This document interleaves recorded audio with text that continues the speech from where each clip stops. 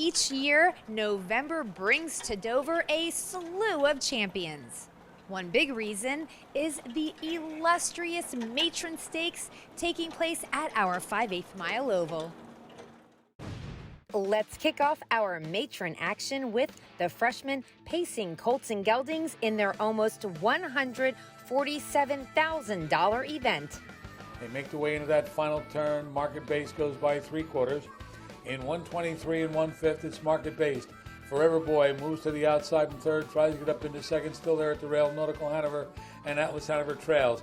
They come toward the top of the stretch, market based. Market based opens up now by 2.5 lengths coming off the turn. It's market based. Forever Boy races on the outside of Nautical Hanover. They come through the stretch. Market based has the lead. They come toward the finish. It'll be market based. Market based is in front. Forever Boy gets up for second over Nautical Hanover in 150 and 4/5. Market based, owned by Chuck Pompey, Edwin Gold, and H&M Taylor Stable. Cut out all the fractions with Dexter Dunn in the bike. The son of Sweet Lou won in 150 and 4 for trainer Nancy Tactor. Both winning driver and trainer joined publicity director Al Krasuski for an interview. Market base wins the 2-year-old Colt and Gelding Matron Stakes. Dexter, we had a short field, 4-horse fields. You left out of there. Market base paced the opening quarter 27 and 1. Then he came back, paced the last quarter 27 and 3. Was that your intent all the way along to just go right down the road?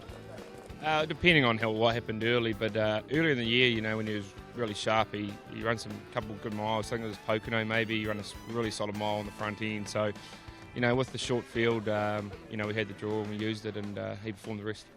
Well, I noticed too, Nancy, the horse raced at Pocono on the 5/8 mile track. The Meadows, the 5/8 mile track. This is a 5/8 mile track. Did you feel that was a benefit for you? Yeah, he seems to like, the 5/8 racing. He gets around the turns well, and he's got, like Dex said, he's got good early speed, so, that obviously helps him control the pace a little bit. He definitely does like a shorter track, though. Any plans for the future after today? We'll have to see. I was actually going to quit with him for the year, but maybe we'll race him in the Governor's Cup. We'll have to see how he comes out of this race, and we'll make plans from there. Thank you very much. Well traveled. Nancy Tactor, Dexter Dunn, thank you very much. Continued success. Now let's bring in the 2-year-old Colt and Gelding Trotters for their matron event, racing for a purse of almost $180,000. 3/4 and 126. They race midway on the final turn, coming toward the top of the stretch. 3-Point-Bluechip, a half-length lead. Curriculum is there. 3 wide Explosion. Down toward the inside, Let's Do It S. Following 3 wide, Double Deceiver. They come toward the top of the stretch now and turn for home. On the far outside, Explosion. Coming up after 3-Point-Bluechip toward the rail, Let's Do It S. Also moving down the inside is Slay. They come toward the wire. Trying to get there is 3-Point-Bluechip. 3-Point-Bluechip does it. 3-Point-Bluechip, owned by the stable 3-Point Group, crossed the wire first in 155 with James McDonald at the controls. The freshman son of Walner recently took residence in Delaware to be trained for this race and an upcoming stake by local conditioner Jim King Jr. Okay, we're in the winter circle with Jim King Jr. I guess he's going to catch that check. Interesting point was 3-Point-Bluechip was a $20,000 supplement to this race coming off, and I know they were pretty confident, especially coming off the Meadowlands elimination race where they were beaten 5-6 lengths. Jim, we were just saying, a $20,000 supplement. Jimmy McDonald, the driver, was more concerned trying to fly down here. You have a way, things always seem to work out for the best. Well, good things happen to good guys, What is it that you saw in this 2-year-old? He looked like he was racing pretty well up in Woodbine, Canada. You've been racing primarily in the mile.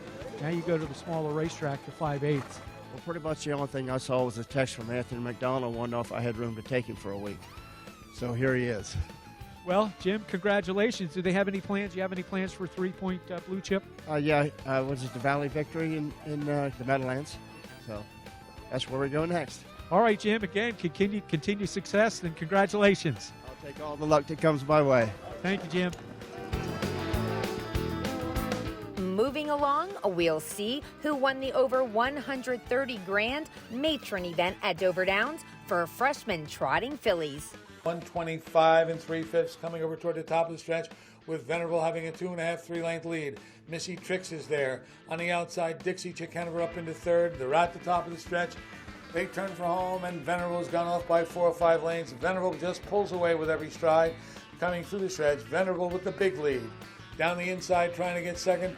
That's H.L. Ravina. Farther out, taking second, I'm Happy Hanover. Venerable, I'm Happy Hanover, and H.L. Ravina. 154 3/5.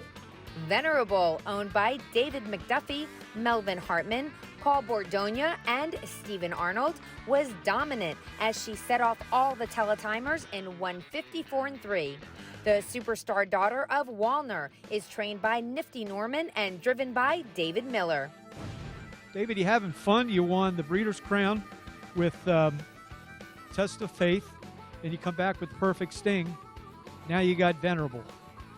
Yeah, that's a real good combination there, them three. Well, let's talk about the race.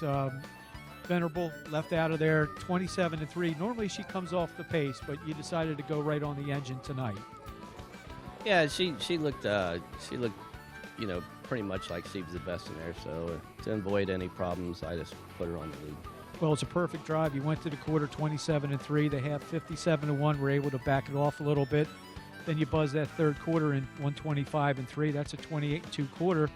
And she comes home at 28 flat. The last half in 57 2. Pretty impressive. Yeah, she's kind of been that way all year. She's been pretty strong throughout the summer. Well, David, continued success, and thank you very much. Good luck to you. Thank you.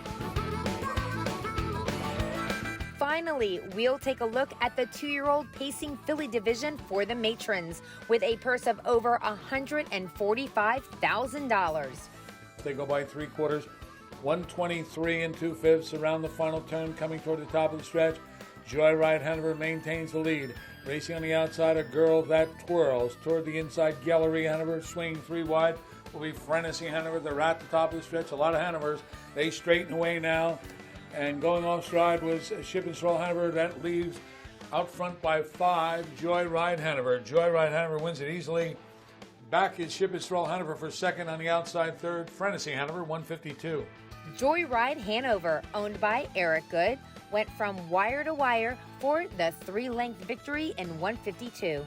The American Ideal Lass won by 3 lengths, with Dover's leading driver, Tim Tetrick, and we saw trainer Nifty Norman back in victory lane again for this one. Here in the winner's circle with Tim Tetrick, Nifty Norman to the right, Joyride Hanover. She wins the Matron 2-year-old filly stakes. Tim, you put Galleria in the 2-hole. Obviously, she looks sharp tonight. She has been finishing second and third against the best fillies in the country. What were your plans in this race? Just like it went. If I had to, I might have followed Brian's horse, but I either wanted to cut it or be up close. And she raced really good in Canada. If I think she gets out a little sooner in elimination, she might have even been closer to Nikki Hill. And she's been chasing the good ones, and she deserves to get a grade A one. She went fractions 27 2. Did that bother you at all? No, not at all. She's quick off the car, and she settled good today. And when I got the second quarter breather, I thought it was going to be on pretty good, hard to beat her. Congratulations, Timmy. Nifty, 152 flat. Tell me about Joyride Hanover, her journey.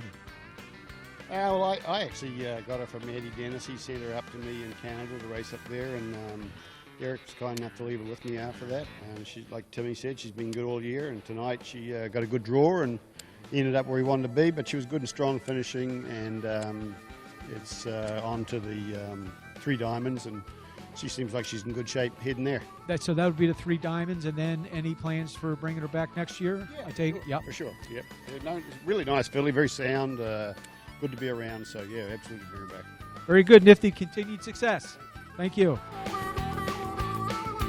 Congratulations to all of these standout 2-year-old standardbreds on their big matron wins and to all of their connections.